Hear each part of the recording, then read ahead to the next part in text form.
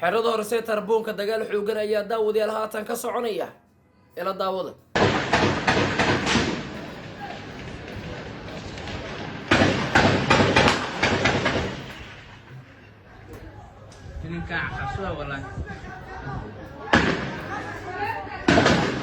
waa ku dul istaagi doona dagaalka daawadayaal haatan ka soconaya aaga tarbuunka gaar ahaan xero horseed marmar ka sii dambaysa waa sii saayidaya dagaalka ayaad moodaa labada dhinac u dhaxeeyo ciidanka dowladda dadka deegaanka u diidan halka ku yaala in laga barakaciyo marmar ka sii dambaysa daawadayaal dagaalka waa sii xoogeysanaya saaka 12 iyo dagaalka bilowday haatan aan il hadlayo oo barqanimo wali dagaalka waa soconaya marmar ka sii dambaysa waxaad moodaa inuu faraha ka sii baxayo dadka deegaanka tarbuunka ku dhaqan ayaa sheegaya inay doonayaan in dhulka halka ku yaala oo xero martiriya in aan laga barkici kareenin isla markaasna ay ku dhimanayaan waxaad moodaa laba dhinac oo dhanka dowladda iyo dhanka dadka deegaanka gurmadii kala duwan inay soo gaarayaan guriyaha dhexdooda ayaa laga dhex dagaalamaya hubka daryan ku dhacaya ayaana aagaas aad looga maqlaya gaadiidka dadka shacabkana saaka halkaa waa ka xiran yahay saakan waxaad moodaa xilli adag inay caasimada ku noqotay oo 1990 daawadayaal waxaa ku dul istaagi doonaa dagaal aad u qaraar oo imika ka soconaya dhulku yaala tarbuunka ayaan ku dul istaagi doonaa dhammaantiin soo dhawaada muuqaalka laga dhaw si share gareeya jalka hadaa ku cusubtaa subscribe dheh si maalmaad oo shawararka ugu dambeeya guudaan dalka iyagoo degdega sina share gareeya waa tahay daawadayaal bilii ugu dambeeyay waxaad moodaa arrimaha dhulka inay marmar ka dambeysay kasii darayeen oo maalin walba xaafad horle iyo deegaan horle la kor tagay isla markaana ka tarbiilada iyo cagafta dowladda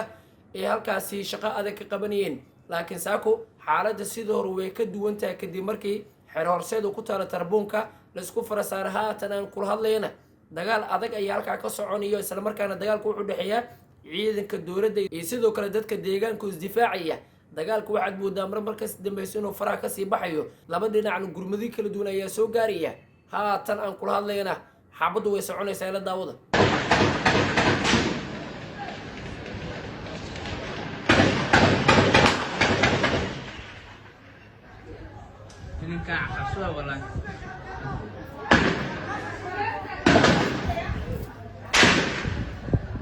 dagaalkaas iminka daawanaysna xero horseed ayay ka soconaysaa ciidanka dowladda ayayna ka go'an tahay inay halkaasi ku dagaalamaan isla markaasna ee gacanta ku dhigaan xero horseed sida iminka amarku yahay dadka deegaanka ayaa dhankooda doonaya inay ku mitidaan oo jilbaha u dhigtaan oo ay ku dagaalamaan oo dhiig u shubaan dhulka waxayna ku andacoonayaan in xeradaana tahay xero military eenan ka bixaynin sharci u haystaan ayna ku dagaalamayaan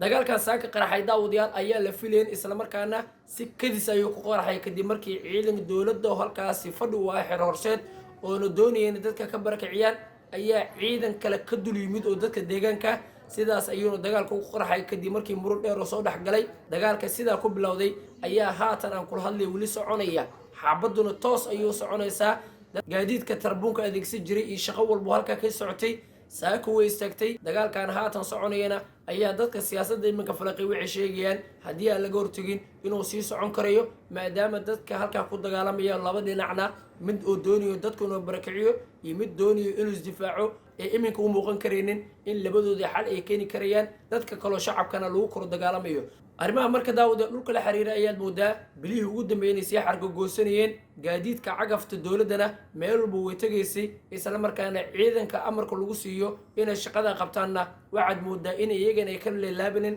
halka dadka shacabkana iyagana maalmihii ugu dambeeyay ku dhiiranayeen inay dagaalamayaan dhulkii ugu dambeeyay warshada birta sida loogaana daawadayaal dadka halkaa ku dhaqan dagaal ayay muujiyeen oo xildhibaanadooda ayay soo wateen kii lagu sii dar dhulka siiraana isagana aad ogeed xildhibaan yaasiin fari inuu soo baxay isla markaana isagoo aad hubeysanna oo suuqa soo dhex istaagay oona sheegayay inuu ku dagaalamayo walow markii dambe loogu awood batay dhanka tarbuunka oo haatan xaaladiisa saaka adag tahana dadka ku dhaqanna waxay sheegayaan inay ku dagaalamayaan dhiig u shubayaan ayna ka baxeen halkaasna awoodooda kusoo bandhigayaan dadka tarbuunka ayaa iyaga dhankooda fariin daraya maadaama maalmihii ugu dambeeyey xarumaha kala duwan oo la dul imaado ee dadku ku mitidiyeen tan ayaana noqonaysaa midkoo iminka la siman tii warshada birta iyo tii siinay waata daawade dagaalka haatan tarbuunka ka soconaya gaar ahaan xero horseed wuxuu ku soo korbartish ku hay